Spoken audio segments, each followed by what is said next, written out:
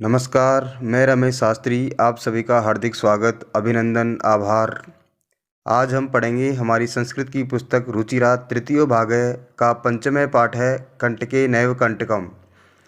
कंटकेन यानी कांटे से ही, कंटकम यानी कांटा निकलता है, अर्थात कांटे से ही कांटा निकलता है।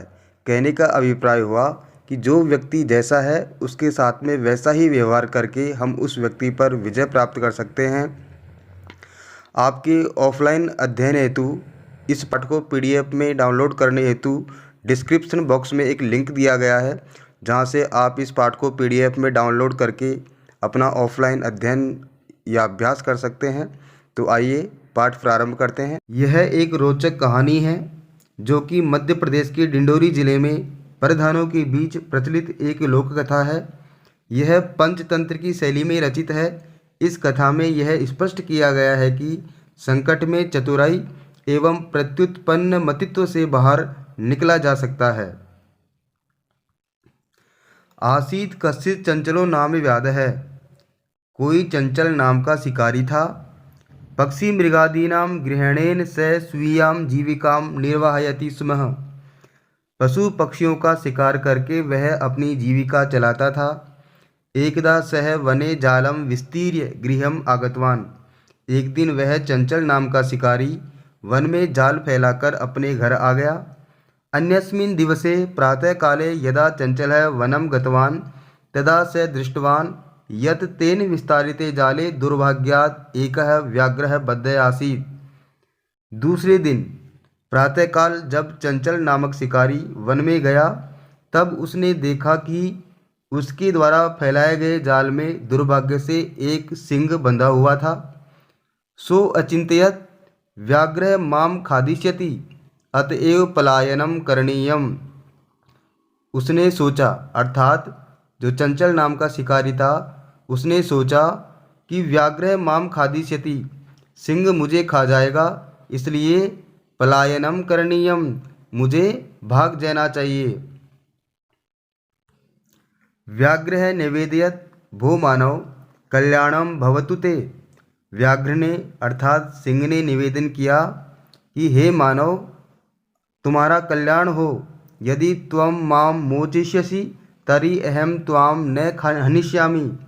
यदि तुम मुझे मुक्त कर दोगे तो मैं तुम्हें नहीं खाऊंगा। तदा स व्याधः व्याघ्रम जालात बहि निसारयत। तब उस चंचल नाम की शिकारी ने सिंह को जाल से बाहर निकाल दिया। व्याघ्रः क्लांतः आसीत्, सिंह थका हुआ था। सो अवदत् भो मानव पिपासु अहम। उस सिंह ने कहा, हे मानव, मैं प्यासा हूँ। नद्यः जलम आनीय मम पिपासां शमय। नदी का जल लाकर मेरी प्यास को शांत करो। व्याघ्र जलम पीत्वा पुनः व्याधम अवदत्।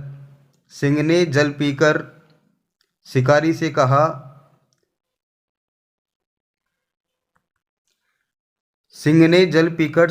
कहा, शांता में पिपासा, मेरी प्यास शांत हो गई है।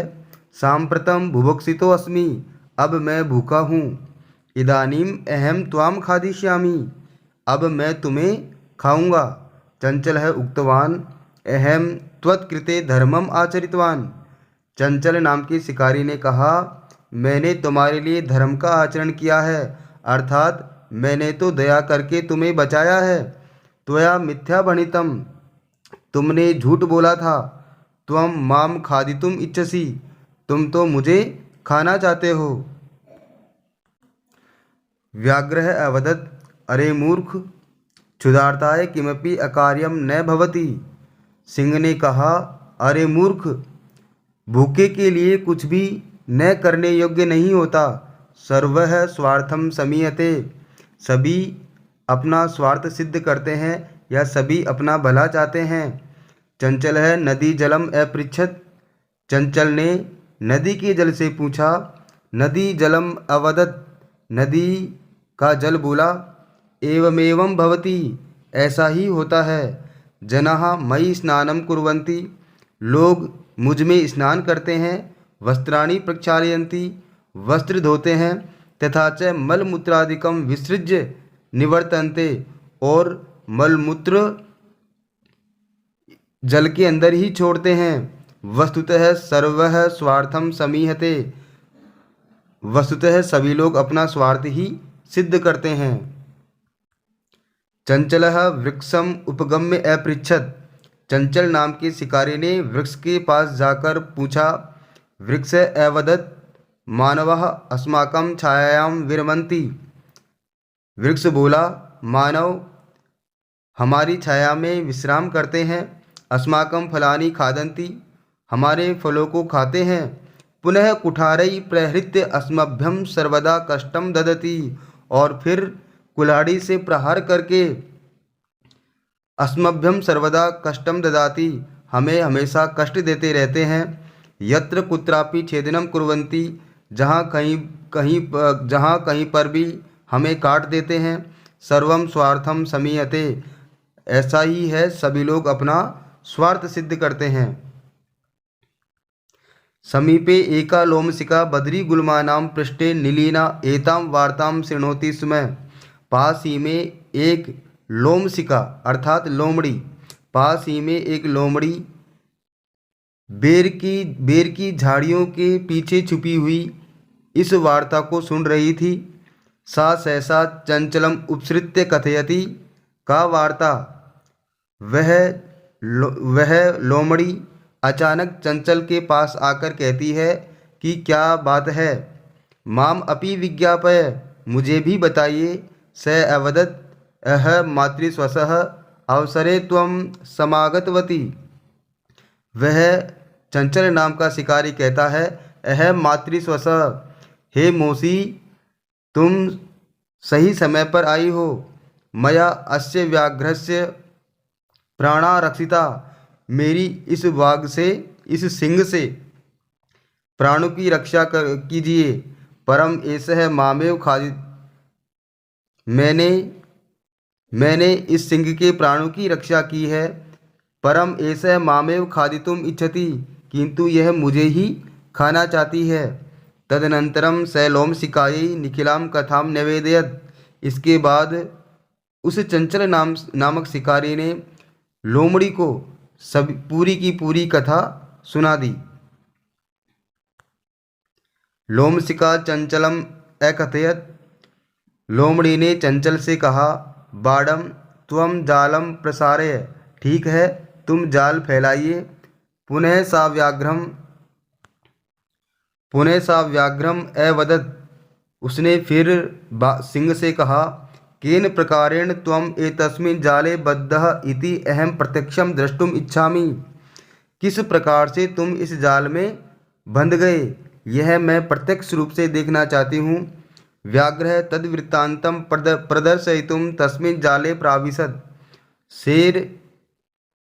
सिंह उस वृत्तांत का प्रदर्शन करने के लिए उस जाल में प्रवेश करता है। लोमशिका पुनः अकथयत संप्रति पुनः पुनः कूर्दनं कृत्वा दर्शय, लोमड़ी फिर कहती है कि अब बार बार कूदकर दिखाओ। स तथैव समाचरत, शेर ने वैसा ही किया। अनारतं कूर्दनेन स श्रान्तः अभवत्, बार बार कूदने से वह थक गया। जाले बद्धः स व्याघ्रः क्लान्तः सन् निस्सहायो भूत्वा तत्र अपतत्, प्राणा भिक्षामिव च अयाचत, जाल में बंधा हुआ वह शेर थक गया और थककर असहाय होकर वह गिर गया। प्राण भिक्षामिव च अयाचत, और अपने प्राण की रक्षा की भीख मांगने लगा। लोमशिका व्याघ्रम अवदत्, सत्यम त्वया भणितम सर्वः स्वार्थम समीहते, लोमड़ी ने शेर से कहा, तुम्हारे द्वारा सत्य ही कहा गया है कि सभी लोग अपना स्वार्थ ही सिद्ध करते हैं, अर्थात सभी लोग स्वार्थी होते हैं, स्वार्थ की वश वे अपना स्वार्थ सिद्ध करते हैं। यह अपनी एक रोचक कहानी थी।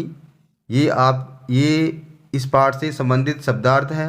व्याध है यानी शिकारी या बहेलिया, स्वीयाम स्वयं की, दुर्भाग्या दुर्भाग्य से, बद्ध है बंधा हुआ, पलायनम पलायन करना भाग जाना, न्यवेदयत निवेदन किया, मोचयिष्यसि मुक्त करोगे छुड़ाओगे। निरसारयत निकाला, क्लांतः थका हुआ। पिपासुः प्यासा, समय शांत करो या मिटाओ। बुभुक्षितः भूखा, भणितं कहा। प्रक्षालयन्ति धोते हैं, विसृज्य छोड़कर। निवर्तन्ते चले जाते हैं या लौटते हैं। उपगम्य पास जाकर। विरमन्ति विश्राम करते हैं। कुठारई कुल्हाड़ियों से। प्रहृत्य प्रहार करके। छेदनम काटना। लोमशिका लोमड़ी। नीलिना छुपी हुई। उपसृत्य समीप जाकर। मातृस्वसः हेमोसी। समागतवती पधारी या आई। निखिलम संपूर्ण या पूरी। बाडम ठीक है या अच्छा। प्रत्यक्षम अपने सामने। वृत्तांतम पूरी कहानी। प्रदर्शयितुम प्रदर्शन करने के लिए। प्राविशत प्रवेश किया। कूर्दनम उछल कूद। अनारतम लगातार। श्रांतः थका हुआ।